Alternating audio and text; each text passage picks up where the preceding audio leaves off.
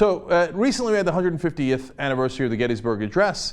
Now everybody knows how much President Obama looks up to Lincoln. He has, a copy of the Emancipation Proclamation in his office, a bust of Abraham Lincoln. He always talks about, team of rivals in the cabinet, et cetera, et cetera. But apparently he did not go to commemorate that, and hence hair on fire. Now, you have to understand that they make a very good point here, because of so many of the presidents who have gone on to commemorate the anniversary of the Gettysburg Address. For example, out of the recent 28 presidents, since Lincoln, of course, 27 of them have not gone to commemorate Gettysburg Address. But hey, you know what? William Howard Taft brought his fat ass up there, and he commemorated it, and Obama can't. Guilty, right? So, and by the way, under Reagan, we had the 125th anniversary of that, and Reagan didn't go, and he didn't commemorate it. But of course, Obama held to a different standard. He's guilty. Okay, but if we just left it at that, that would be fun, but not a big deal.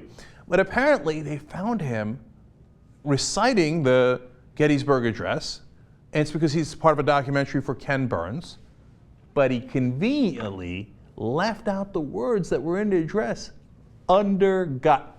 They got him. So here we go to the conservative websites. Yeah, Daily Caller says, Obama delivers Gettysburg Address on YouTube, leaves out under God.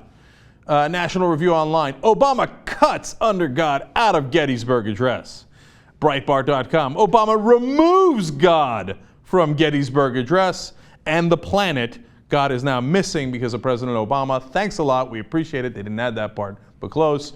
And then finally, Drudge Report, and I love the way they phrase this, B.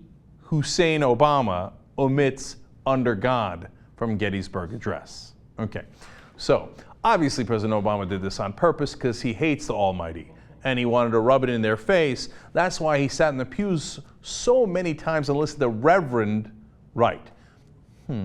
Okay, anyway, so why did President Obama do this dastardly deed? Well, if you looked into it just a little bit, turns out that Ken Burns asked them to. And I didn't know this is really interesting. There was apparently 5 different drafts or versions of the Gettysburg Address.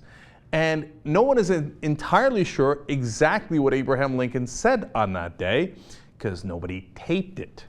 So there are different recollections of it, and like this, there's 5 different versions, including a first draft of it that we do know about that did not have under God in it. And it's actually called a specific kind of draft. It's known as the Nicolay draft. So this is something that's known in history, right?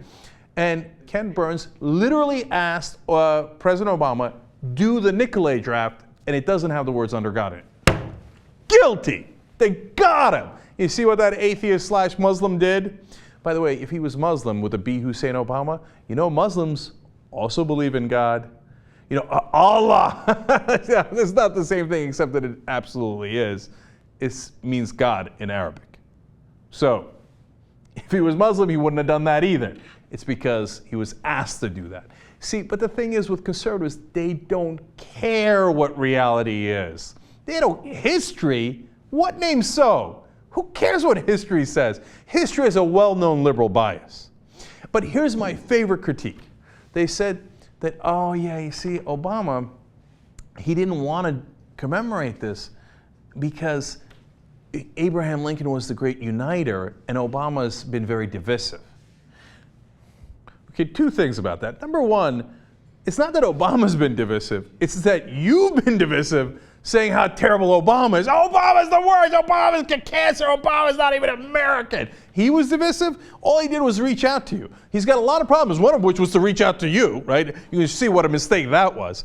But he's not the guy who created division in the first place. But more importantly, like President Lincoln was awesome. And there was a lot of great things about him. That's why we revere him today. But it's hard to say that he was not a divisive figure in the country when he was the leader of one side in our one and only Civil War. And not a metaphorical one, a real one where hundreds of thousands of people died. They literally split the country in 2 and then went to war with one another. Abraham Lincoln was the leader of one of those sides. The side that won and then united the country by force. But to say that Oh, well, Abraham Lincoln, you see, he reached out to the other side. He did, with cannons and gunfire, until enough of them were dead that we won the war. Okay, but facts are an incredibly inconvenient thing to conservatives.